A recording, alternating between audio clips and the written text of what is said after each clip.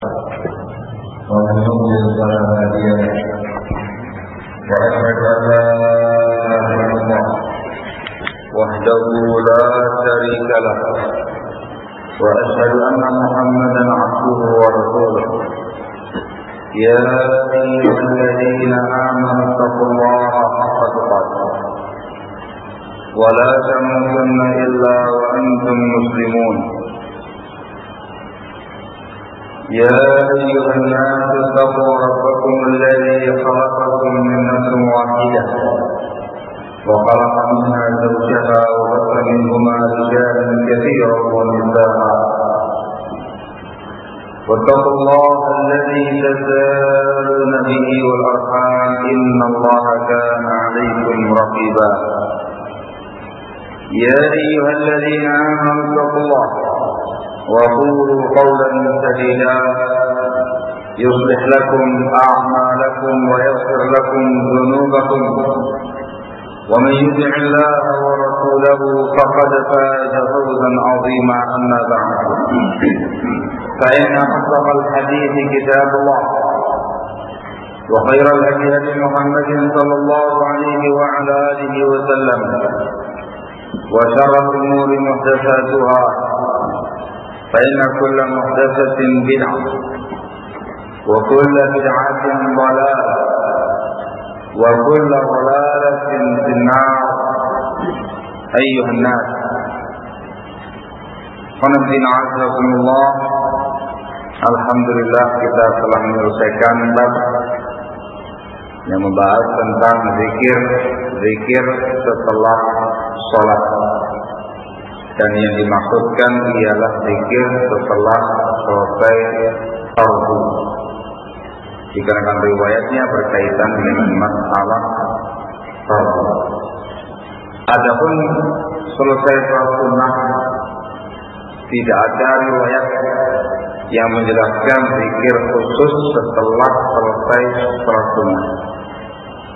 Tidak ada riwayat khusus yang menjelaskan tentang zikir khusus setelah selesai sholat sunnah, baik sunnah duha atau sunnah rawatib atau sunnah sholat malam atau apapun dari sholat sunnah. Tidak disebutkan satu riwayat yang mengkhususkan zikir tersebut. Maka yang disebutkan dalam riwayat yang kita bahas kemarin ini khusus untuk sholat fardu. Ada zikir khusus untuk fardu. Ada benar sunnah tidak ada zikir khusus. Kalau kita ingin berzikir dengan zikir setelah sholat sunnah, maka diperbolehkan berzikir dengan zikir yang mutlak. Zikir yang mutlak yang tidak ada ketentuan waktunya. Sekarang kita masuk pada bab baru, pada bab yang ke-24 tentang masalah jamak, sholat. Bismillahirrahmanirrahim. Qala al-mu'allif rahimahullah ta'ala, babul jam'i baina salataini bis-safar. Bab menjamak, mengumpulkan dua salat ketika safar. Jamak salat ketika safar. Di sini beliau membawakan satu hadis. An Ibn Abbas radhiyallahu ta'ala anhuma qala, dari Abdullah bin Abbas radhiyallahu ta'ala anhuma beliau berkata,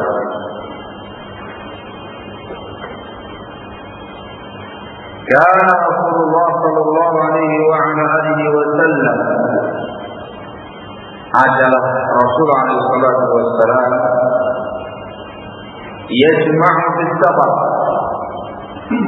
beliau menjamak ketika safar, baina salatil dhuhri wal 'asr, menjamak antara zuhur dan asar, idza kana ala dhahri sayrin, apabila beliau di atas punggung kendaraan yang berjalan.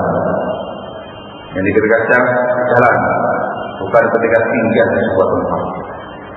Wa yajma'u baina al-maghrib wal 'isya, dan beliau juga menjamak antara maghrib dan isya. Hadis ini barakallahu disebutkan oleh muallif dalam kitab Umdatul Ahkam. Yang perlu dipahami, hadis-hadis yang dimuat dalam kitab Umdah adalah hadis-hadis yang muttafaqun alaih. Paham ya? Yang dikeluarkan oleh Bukhari Muslim. Ketika dikeluarkan salah satunya, dikasih keterangan. Ini riwayatnya Bukhari, ini riwayat Muslim. Untuk riwayat ini, barakallahu tidak terdapat di dalam kitab sebelumnya. Hadis ini dengan lafaz yang disebutkan muallif tidak terdapat di dalam Sahih Muslim. Tetapi hanya terdapat dalam Sahih Bukhari, itu pun disebutkan mu'allaq. Mu'allaq itu tidak nyambung sama. Dan nyambung sama. Tapi secara umum sahih riwayat ini. Tapi dengan lafaz yang berbeda. Disebutkan dalam Sahih Muslim dari Ibnu Abbas radhiyallahu taala anhu dengan lafaz Shalla Rasulullah sallallahu alaihi wa ala alihi wa sallam al-dhuhra wal 'asra jami'an wal maghrib wal 'isha jami'an min ghairi khawfin wala safarin.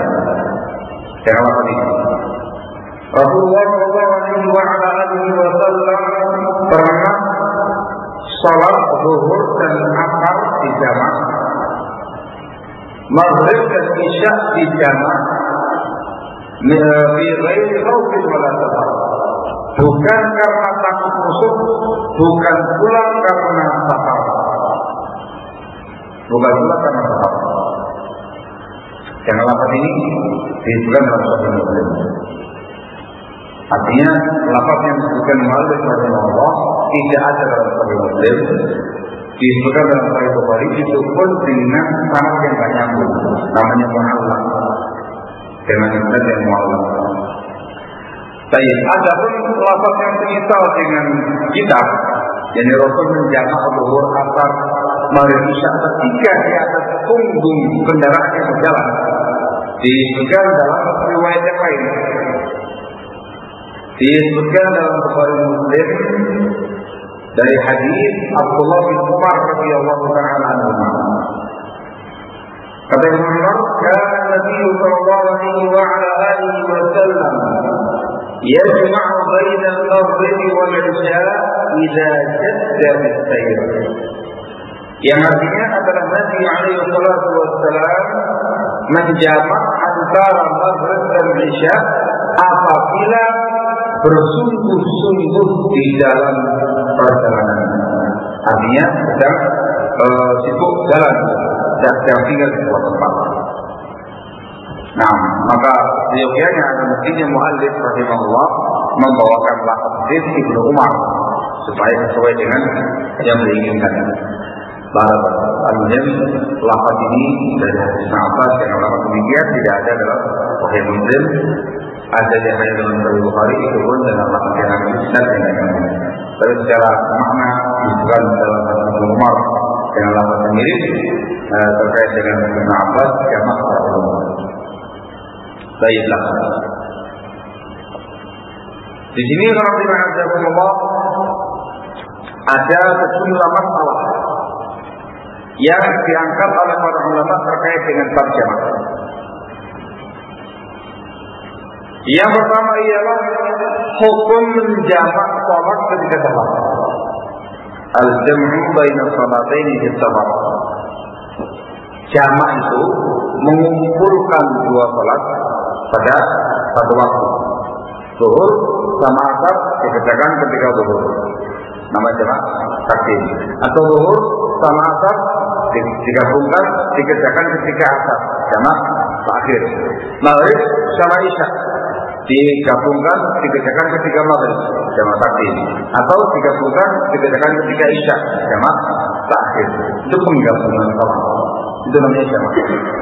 Kalau qasar mengurangi rakaat. Dia dari 4 menjadi 2 cukup. Sehingga itu dibaca baik-baik. Yang dibaca jamaah menggabungkan 2 sholat ketika safar. Apa hukumnya? Hukumnya para sahabat ternyata dijelaskan sangat panjang oleh para ulama.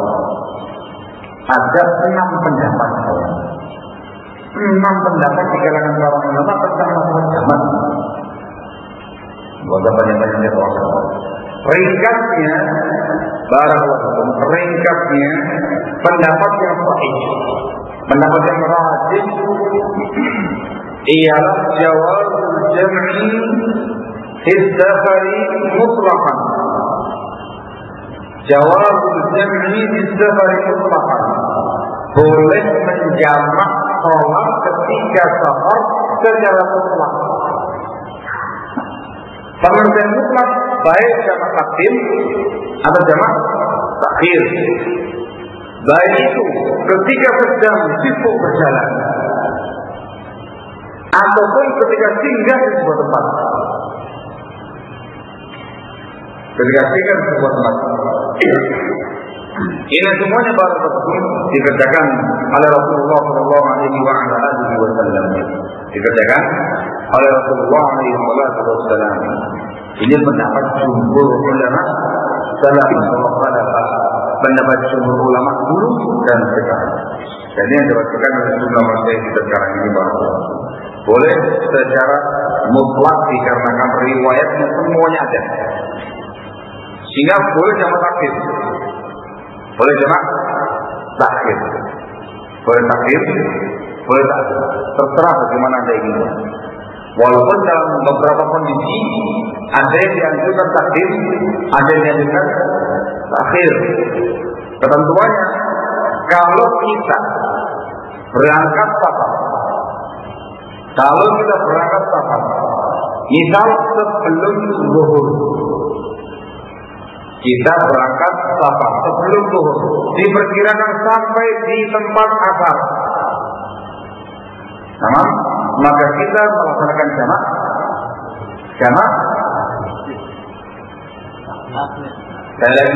Kita berangkat safar sebelum zuhur, diperkirakan sampai tempat asar atau menjelang asar atau pada asar sendiri.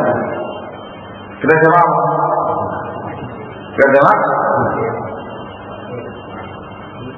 Takdim takhir.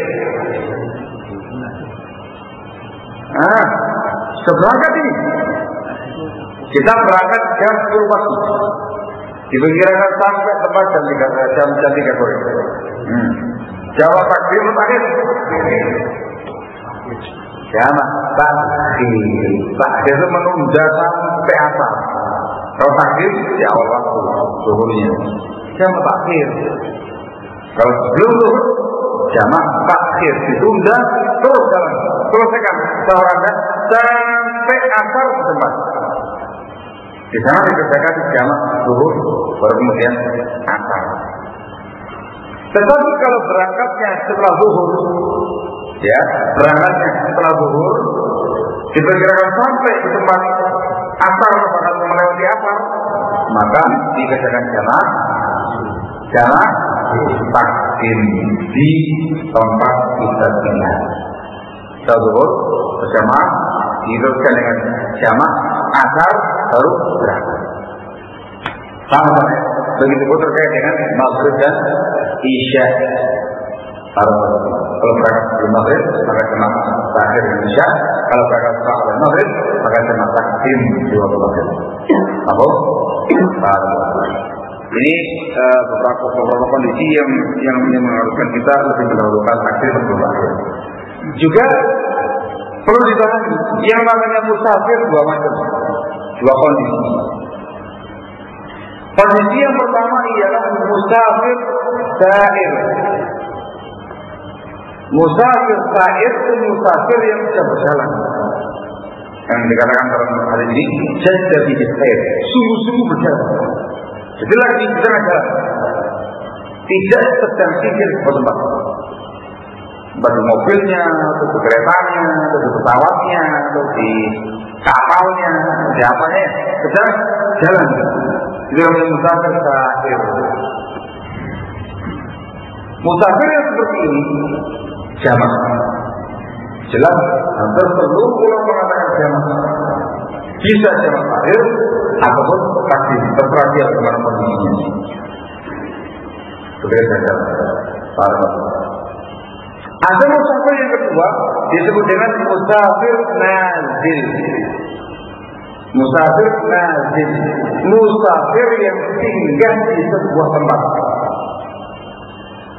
Singgah di sebuah tempat. Misal Pak Hani, asli Surabaya. Gimana ya? Masya Allah. Mau sekolah kemana Pak? Jogja Jawa ya? Senang Jogja ya? Aku senang. Ke Jogja. Kira-kira ke Jogja 3 hari. Ya, 3 hari, 4 hari, 2 hari juga ya. Parwat. Dari Surabaya menuju ke Jogja, di tengah-tengah safar itu disebut dengan musafir sair. Yang pertama tadi, jelek jalan. Jamak. Begitu sampai di Jogja, kan singgah di Jogja untuk 2 hari atau 3 hari, 4 hari. Posisinya ketika itu disebut dengan musafir nazil. Musafir yang tinggal di sebuah tempat. Di sebuah tempat. Paham ya? Apakah boleh jamak? Jawabannya, kalau berbicara boleh, boleh. Sebab statusnya dia sebagai musafir mendapatkan rukhsah jamak. Boleh. Walaupun di Jogja, entah di hotel atau di rumah famili atau di rumah teman atau di mana, silakan. Sehingga subuh, kemudian zuhur, asar jamak, maghrib, isya jamak. Mau jamak takbir monggo, takbir juga silakan. Itu musafir, enaknya Pak. Nanti aja asar sekalian. Zuhur dan asar baru sholat zuhur sama asar terakhir. Nanti isya sekalian, isya, maghrib sama isya terakhir. Atau takbir zuhur sama dengan asar, maghrib sama dengan isya, tidak ada masalah. Bicara boleh, boleh. Tetapi khusus untuk musafir nazil yang tidak kemana-mana, afdalnya sholat pada waktunya masing-masing. Sholat pada waktunya masing-masing. Subuh pada waktunya, zuhur pada waktunya, asar pada waktunya, maghrib pada waktunya, isya pun pada waktunya. Pada waktu itu dikerjakan Rasulullah SAW. Nah, terus bagaimana pelaksanaan sholatnya? Kalau dia sholat sendirian, maka kosong. Kalau besar zuhur 2, asar 2, isya 2. Kalau dia berjamaah dengan musafir ini, dengan musafir yang lain juga kosong. Zuhur 2, asar 2, isya 2. Tetapi kalau berjamaah di masjid sekitar bersama dengan orang kampung, maka dia harus mengikuti imam. Kalau imam jadi mengikuti, maka sempurna sebagai imam. Kalau imam ini musafir, maka dia berkosong sebagai imam. Apa ya? Ini bisa ringkas. Jadi yang afdal, bicara boleh menjamak. Tapi yang afdal untuk yang musafir nazil, dia sholat pada waktunya masing-masing. Barakallahu fikum. Harapan insyaallah. Baik, ini terkait dengan jamak ketika safar. Baik jamak takdim, jamak akhir ataupun musafir akhir, musafir nazil. Pembahasannya kedua yang diangkat oleh para ulama. Apa hukum jamak ketika mungkin? Al-jamak fil hadar. Menjamak sholat ketika mungkin.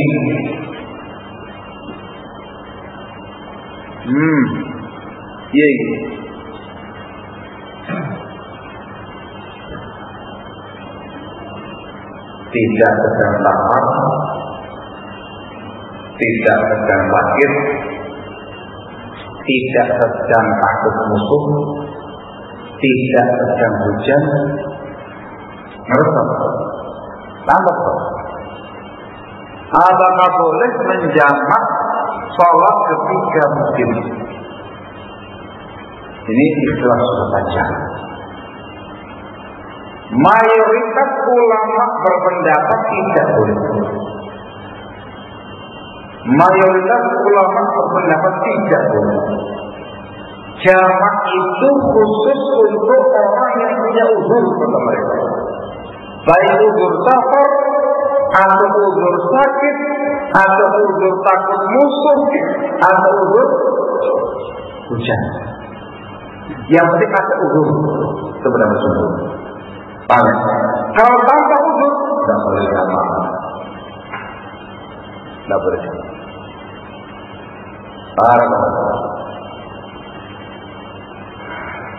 Tapi pendapat yang rajih,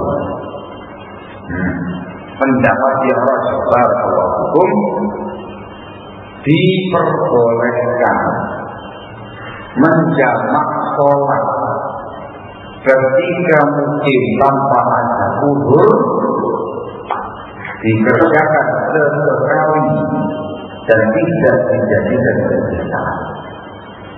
Diperbolehkan menjamak sholat ketika musim tanpa ada uzur, dikerjakan sesekali dan tidak dijadikan kebiasaan. Ini pendapat Ibnu Musyirin dan yang diwajibkan oleh Syekh Masyakir dan sejumlah ulama yang lain. Dasarnya ialah hadis Ibnu Abbas dalam Sahih Muslim yang saya bawakan di atas kepala saya bawakan. Dikatakan oleh Ibnu Abbas radhiyallahu ta'ala anhu, "Kana Rasulullah sallallahu alaihi wasallam al-dhuhra wal 'asr jami'an wal maghrib wal 'isha jami'an fi ghairi khawfin wa la safar." Rasulullah SAW pernah sholat zuhur dan asar jamak, maghrib dan isya jamak dengan tanpa rasa takut, dengan tanpa safar. Artinya tanpa uzur. Disebutkan dalam riwayat itu Ibnu Abbas tanya, alasan kenapa Rasulullah SAW berbuat demikian? Kata Ibnu Abbas radhiyallahu ta'ala, arada alla yuharrija ummatan. Beliau hendak atau beliau menginginkan supaya tidak memberatkan umatnya. Itu kemauan beliau menginginkan supaya tidak memberatkan umatnya. Sehingga sesekali jamak tanpa wudu. Sehingga sholat hari itu 2, 8, 7. Ya. Silakan. 2, 8, 7. Benar ya? 2 subuhnya, 8 jamak zuhur dan asar, 7 jamak maghrib dan isya. Gimana Pak Dani? Berjamaah dari teks riwayatnya dari Syiatul Hadis. Dengan Rasul yang tapi apakah boleh dilakukan berjamaah? Jawabannya tergantung pada masyarakat. Kalau bagi masyarakatnya mengerti ilmu ini bersama dengan orang imam yang mengerti ilmu ini, maka tidak sesekali dikerjakan. Soalnya resikonya kalau masyarakat semua enggak ada azan pada waktu. Jangan diumumkan nanti kita jamaah dulu sama apa ya? Tak kampung sama kabeh. Belum ada, itu apa? Apa kalau ada nanti itu dia, jangan ada. Allah. Secara hukum, apabila dipahami ini adalah yang benar tahu betapa ini. Gitu ya. Ini pendapat yang boleh kadang-kadang, tetapi tidak boleh dijadikan sebagai kebiasaan. Jamak ya, bukan kotor ya. Jamak mengumpulkan orang ketika begini tanpa ada ulur, tanpa ada ulur. Masya Allah. Pola ini jelas. Ya, sesekali seperti apa? Seperti jangan seringkali, jangan seringkali ya. Nanti tafsir sesekali pada bukan sekali. Kekeringan dari ya. Ya kalanya. Ya.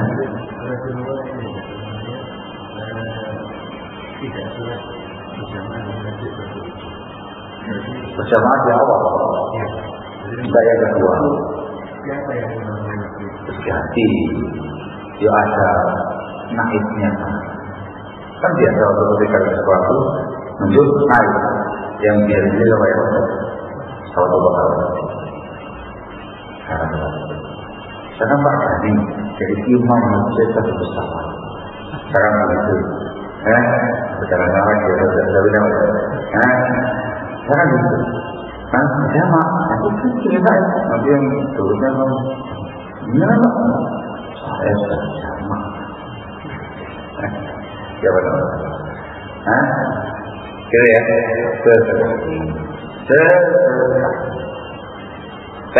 dari hadis Ibnu Abbas di atas, Rasul menjamak zuhur, asar, maghrib, isya bukan karena rasa takut, bukan karena safar.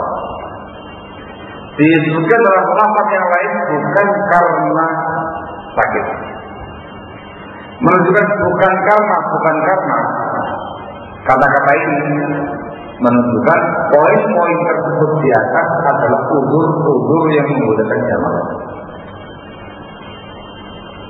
Safar boleh sama, silakan ya. Kondisi yang berikutnya ialah ketika kau takut dari musuh atau situasi sedang menakutkan, sedang genting-gentingnya, orang takut keluar. Berkondisinya lagi gimana pertanyaan health gitu ya, rasa apa deh, lagi begitu Pak ya, lagi kacau. Entah ada musuh yang menyerang wilayah kita atau mau genting, sangat mencegah, sangat menakutkan, sangat genting. Dalam kondisi demikian diperbolehkan untuk sama-sama. Dengan tadi atas nama, karena sudah jamak bukan karena salah. Jadi menunjukkan kalau takut boleh jamak. Juga yang berikutnya ialah sakit. Menjamak sholat ketika sakit. Untuk yang sakit ini ada ketentuan di dalam masalah, yaitu rasa sakit yang menimbulkan rasa sakit, yang menimbulkan rasa berat, sangat berat sekali padanya untuk bisa sholat. Namanya masyarakat, sakitnya karena beratkan, sakit berat dan segala macam. Maka diperbolehkan bagi dia dalam kondisi yang demikian untuk menjamak sholat ketika zuhur atau jamak maghrib isya di jamak. Berarti kalau mau mengalami pemeriksaan yang panjang, operasi atau apa gitu ya, yang membuat dia serius hilang akal, maka dia harus diupayakan dan menghitung waktu di jamak sholat yang memungkinkan bersama. Dalam waktunya zuhur akan siuman, akan sium pada zuhur, pada siumannya pada isya. Maka zuhur, setelah zuhur lanjut jamak dengan apa? Operasi, begitu siuman di waktu isya, maka dia akhir, maghrib dan isya jamak. Sekarang bagaimana kalau seandainya dia di operasi atau nama dia zuhur jam 9 harus ada isya. Bagaimana? Salat. Bagaimana? Tiga semuanya. Tiga semuanya. Semuanya yang berada depan. Dulu. 4 baru Isya. 4 baru Maghrib. 3 baru Isya. 4 pada waktu dia siuman Isya. 3 semuanya kemarin terkait dengan masalah sholat qaum. Tinggal satu, yaitu ketika hujan turun. Apa hukumnya menjamak sholat ketika hujan?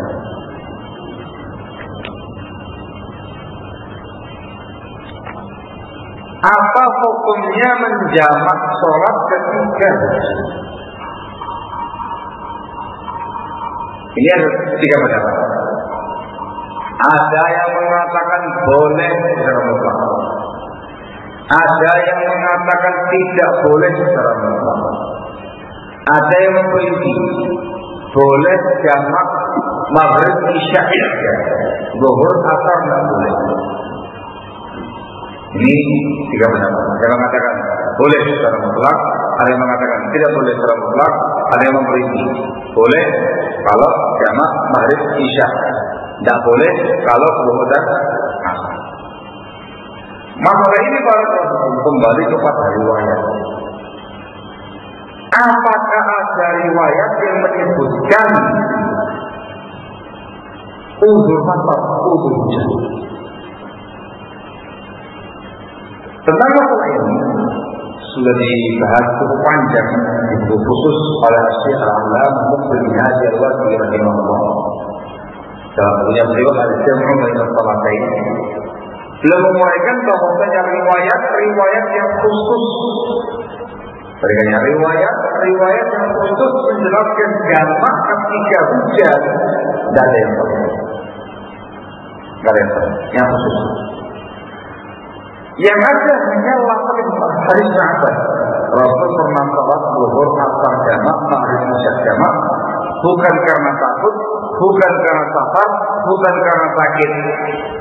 Ya, disebutkan dalam lafaz yang lain bukan karena hujan. Bukan karena hujan.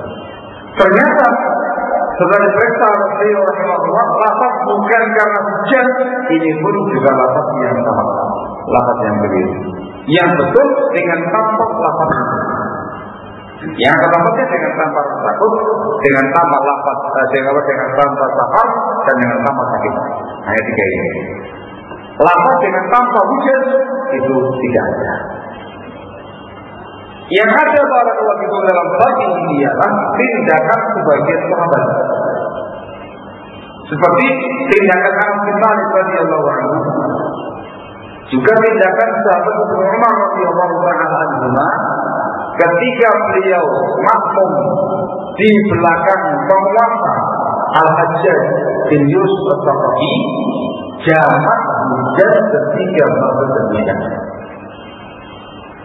Karena ini yang ada asal Anas bin Malik dan asal Ibnu Umar. Mereka berdua pernah makmum di belakang penguasa yang bernama Hajjaj bin Yusuf Al-Thaqafi melaksanakan jamak ketika hujan maghrib dan isya. Maka khulafah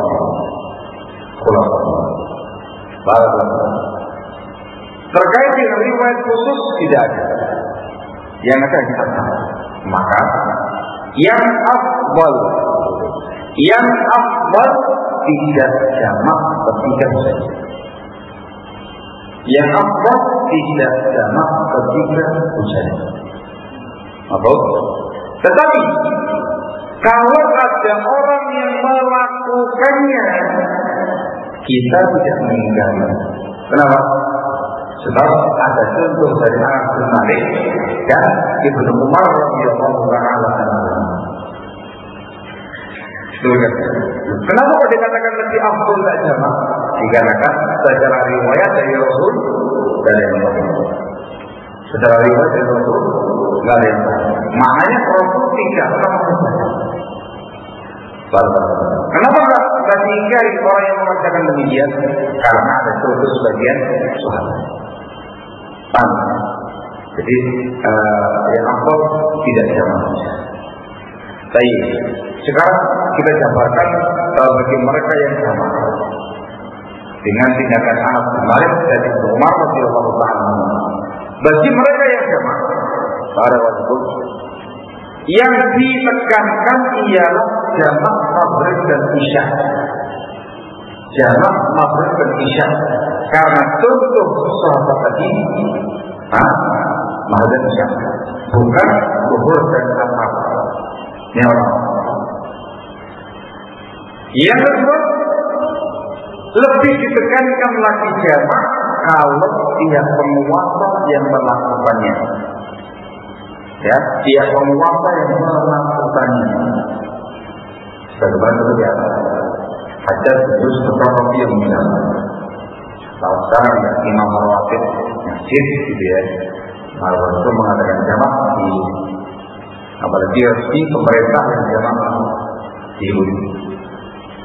Kemudian terkait dengan sifat hujan yang boleh dimakan. Yang disepakati adalah kalau hujannya sangat deras. Sangat deras.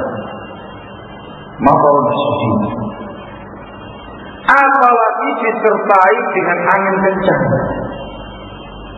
Apalagi disertai dengan cuaca yang dingin. Anda bayangkan ya, hujannya sudah terus, anginnya kencang, dingin berembus menusuk turun. Yang ini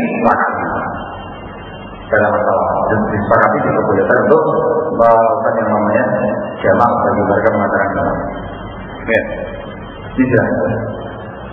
Sekarang pertanyaannya, bagaimana kalau hujannya itu tidak deras? Tidak deras. Ya cuma tapi membasahi tanah, membasahi tanah. Terkait dengan kondisi yang demikian, ada istilah. Tapi pendapat yang sahih pendapat yang sahih hujan yang sedang pun termasuk boleh jamak. Tidak harus boleh jamak. Bahkan pernah terjadi di zaman tabi'in mereka menjamak sholat, padahal hujannya itu belum membasahi sandal mereka. Dan sandal dipakai untuk jalan di tanah itu. Ini sandalnya belum basah, belum sampai proses sedikit. Sekarang kan hujannya nggak begitu berat. Mereka sudah melakukan yang namanya. Boleh. Ingat, bagi yang melaksanakan jamak. Terus ya, jika hujan yang model apapun boleh. Kalau itu saja ya karena juga ya turun lumayan tadi nggak perlu berat lah yang sekiranya sudah membasahi jalannya boleh. Saya kemana lagi? Bagi yang jamak ini, yang apa? Bagi yang jamak. Bagi yang berpendapat jamak, hujan diperbolehkan jamak di masjid, diperbolehkan pula jamak di rumah. Kalau di masjid, sama orang masjid, sama orang masjid. Dia sendiri jamak di masjid, karena yang lainnya mengatakan afdal jamak di masjid. Atau dengan jamaah yang lainnya itu kalau semuanya mengerjakan jamaah maka dia jamaah di masjid. Itu boleh, jelas. Yang kedua yang boleh pula jamaah di rumah. Boleh pula mengadakan jamak di rumah. Lu kok di rumah, lakukan jamaah.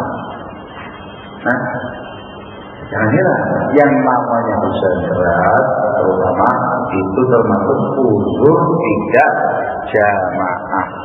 Kayak gitu ya. Karena sang muadzin diperintahkan untuk mengumandangkan azan, shollu fi buyutikum atau shollu fi rihalikum. Jadi bagaimana di kepada kan gitu ya. Itu menurut rukhsah tidak jamaah. Otomatis cuma di rumah. Dia kok di rumah. Apakah boleh menjamak sholat karena hujan juga di rumah? Jawabannya bagi yang berpendapat jamak boleh. Boleh. Dikarenakan jamak itu rukhsah. Jadi katakan siapapun baik di masjid atau di rumah boleh. Dia sendiri atau dia dengan keluarga. Oleh ini, apa?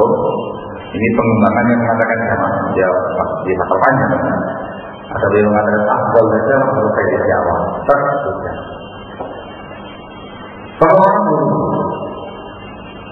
Bagaimana azan dan iqamah? Bagian bagaimana azan dan iqamah? Jawabannya sebagaimana jamak yang lain. Ketentuannya ketika menjamak sholat, satu azan, terus dua kali iqamah. Ya, satu azan di awal, kemudian iqamah untuk sholat yang pertama, kerjakan maghrib. Kemudian iqamah lagi untuk sholat yang kedua, kerjakan isya. Dengan satu kali azan, dua kali iqamah. Itu kaidah umum dalam menjamak sholat. Baik ketika hujan, ketika safar, ketika apa, ketika di Arafah, ketika jamak demikian.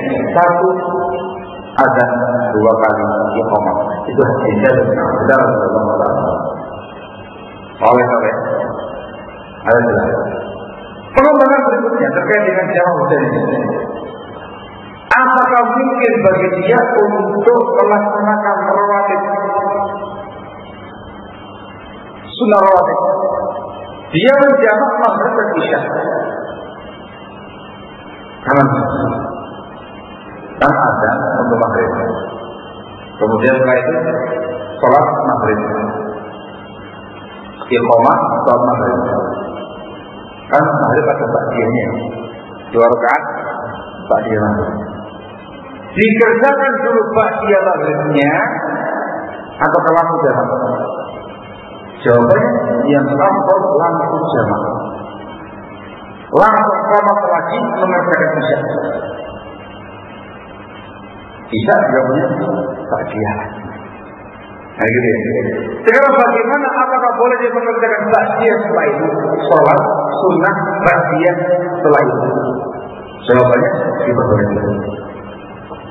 Sehingga penerapan kaidiyahnya barakallahu untuk jamak maghrib dan isya ketika hujan, dia azan,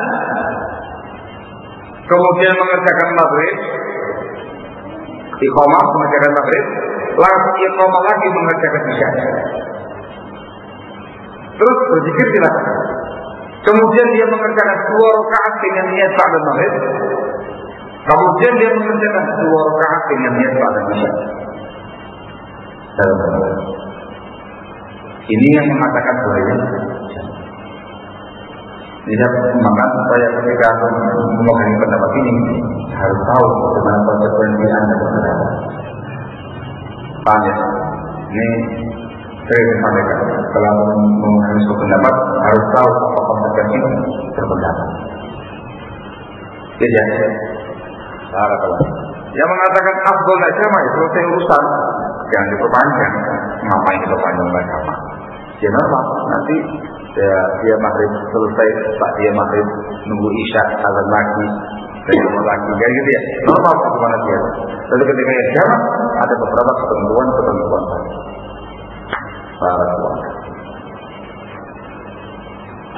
Itu terkait dengan masalah masyarakat.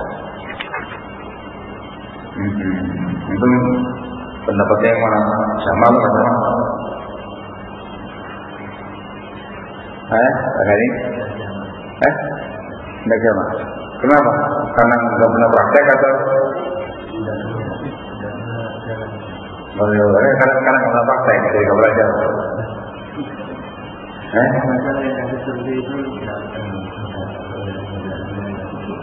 Apa namanya? Karena sama sekali jamaah berbeda. Karena ini bersifat jamaah. Kalau lagi betul, nah ini ya tadi kan dijelaskan boleh jamaah di rumah.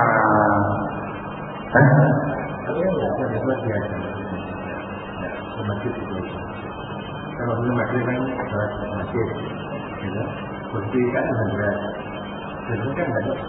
Iya kalau adanya pada pagi yang dibacakan dari mulai sore tentu murah. Datang kemarin perlu pilih hal itu wahidi dan kerja. Apa sih? Terus masih terus siapa?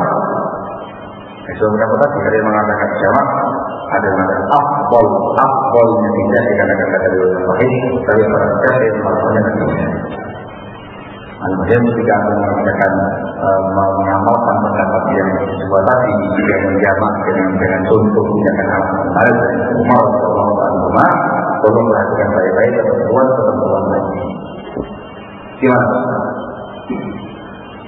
Orang satu padahal berjasa atau disiplin ada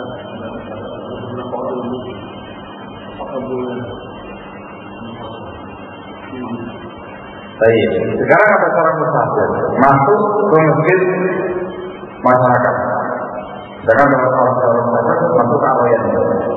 Di sini ada begini orang itu. Yang pertama, apakah boleh dia menjadi imam? Jawabannya boleh kalau dia ahli, dan yang kedua memang diizinkan oleh orang Sunda yang mungkin merupakan penguasa tempat. Harus diizinkan boleh, diizinkan.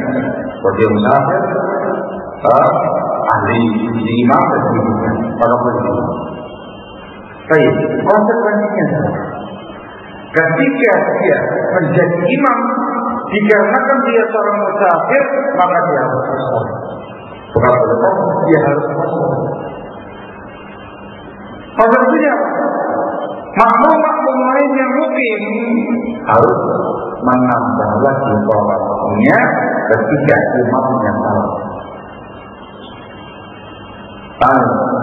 Dengan turun masuk area musafir dengan disuruh untuk jadi imam. Membawa saya bisa jangan bawa imam pak. Ini kan aneh, gimana? Kan dua rakaat apa? Ya, saudara para yang lain yang mungkin sempurna rakaat. Maka ketika anda salam pada rakaat yang kedua, assalamualaikum warahmatullahi wabarakatuh. Konsekuensinya makmum tadi kebanyakan imam harus dapat dua rakaat lagi. Makmum yang mungkin tadi. Nah, di sini harus dengan masyarakat harus belajar dulu pada masyarakat. Kejadian pernah sama saja kejadian Allah dan juga teman-teman yang lainnya. Salah musafir belum jadi imam ini bingung kan? Kita kan kok jadi assalamualaikum warahmatullahi wabarakatuh. Bingung bagaimana? Karena ada teman-teman saya yang lain yang juga musafir jadi makmum juga, mereka semuanya salam. Sehingga kebanyakan mereka itu salam. Assalamualaikum warahmatullahi wabarakatuh. Terus ingin kok loro ya? Baca dua ya? Ya, tentunya dijelaskan terus. Pak, Bapak, kami yang jadi imam ini musafir, kotor pulang ke rumah. Nanti kalau kami bersalam, bapak-bapak ini menambahi lagi 2 orang. Kalau mereka tidak paham, ya kan jangan imam. Biar yang mungkin yang jadi. Jadi 2 rakaat tambahan itu seperti masuk. Iya betul, seperti masuk. Ini kebetulan pinjaman uang bukan bisa.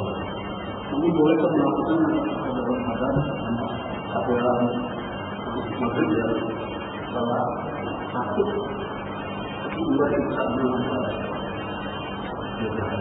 atau kepentingan yang lain-lain seperti kegiatan-kegiatan lain lagi mati. Kebanyakan itu. Jadi boleh jamak tanpa sudur tapi sesekali. Nek bener mati jamak terus rapat jamak terus itu ya beres. Sesekali. Ya diatur dikondisikan aja supaya rapatnya cepat gitu. Atau sekitar cek pelaku di program ternyata ya Masalah jarak sengaja tidak saya bahas jaraknya dikarenakan panjang urusannya. Nanti kita bahas setelah bab yang berikutnya lagi. Bab yang berikutnya kan terkait dengan bab al-bab waktu sholat di sana. Bab mengkosor sholat di sana. Saya teruskan.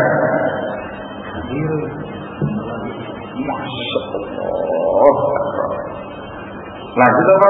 Sudah. Ada yang membayangkan? Tanya aja, bagaimana?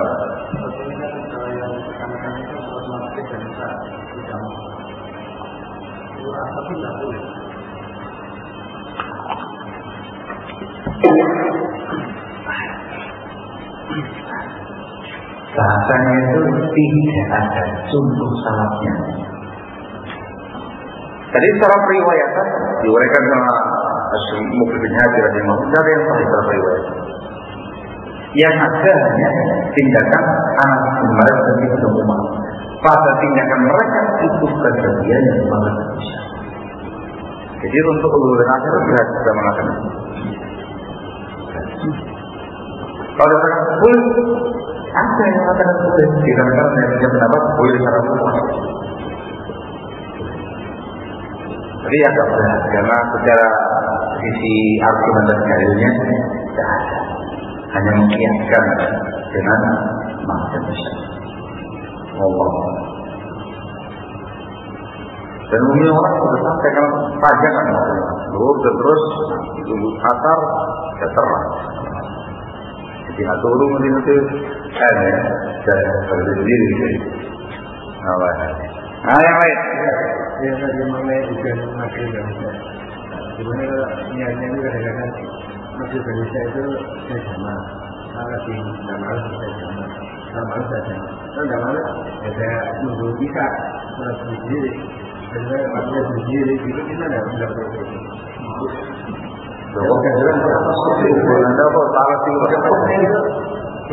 Jadi tidak ada apa namanya jamak sholat karena itu tidak ada.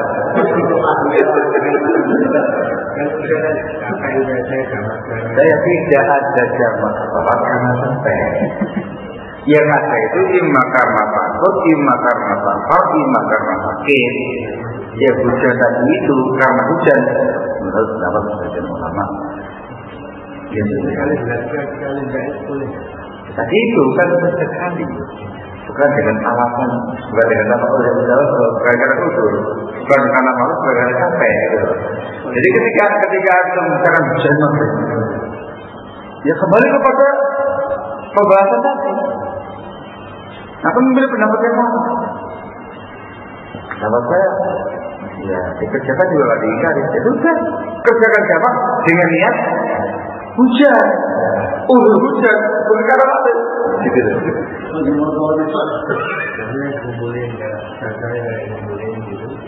Iya boleh, silakan sesekali. Tapi jadi itu bukan karena malas, bukan karena. Ini akan tidak boleh apa? Kayaknya apa yang baca apa sekali. Akan saya apa sekali baca minum dari minum. Dan sekali saya yang baca apa? Baca bacaan apa sekali. Nah, ada jadi boleh nggak? Tidak boleh, nggak boleh. Karena istilah, ada istilah itu harus dirumuskan. Pendapat saya mengatakan, ketika ada istilah di kalangan para ulama dan ustaz yang sangat masyhur, pelajari, dikaji, mana yang harus diamalkan dengan segenap konsekuensinya. Kemudian toleransi dengan pendapat yang kedua. Tapi pegangan atau pendapatnya nah gitu, dari kemudian saya mau sendiri, sekarang itu namanya istiqawah, itu dah manusia. Dikecualikan kalau memang ada sebagian ulama yang mengatakan dua-duanya dan bersebuah satu benar. Kadang ini kan di antara mereka ketentukan yang boleh dua-duanya itu yang terkait dengan turun sujud. Ketika turun sujud kan ada yang mengatakan tangan dulu baru lutut, ada yang mengatakan lutut baru tangan, ada yang mengatakan boleh dua-duanya. Kenapa? Alasannya dikarenakan semua dalil yang digunakan pendapat pertama baik. Semua dalil yang digunakan pendapat itu juga baik, sama-sama baik. Sama-sama baik. Ya sudah, boleh dua-duanya. Yang penting turun itu aja. Teknik mau tangan dulu ya silakan, silakan. Nah yang ini tidak ada soal boleh ya kadang tangan dulu, kadang lutut dulu. Itu dikarenakan ada yang punya pendapat. Kalau tidak, jangan berpendapat itu dengan segala konsekuensinya. Sudah. Allah. Tuhan.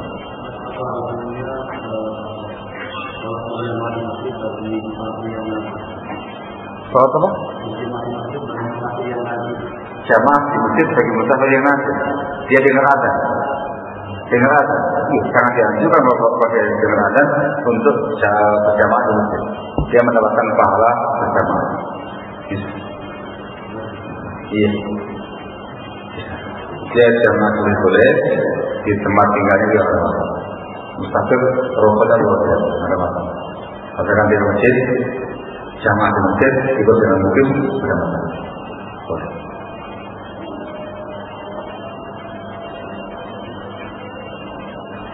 Ada. Itu bertanya.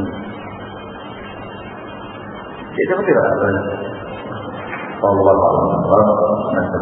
insyaallah bahasanya satu kesimpulan terkait dengan proses insyaallah.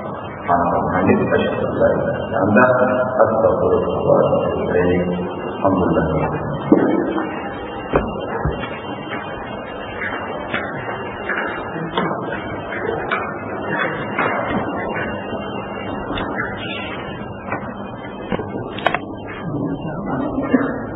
Tidak.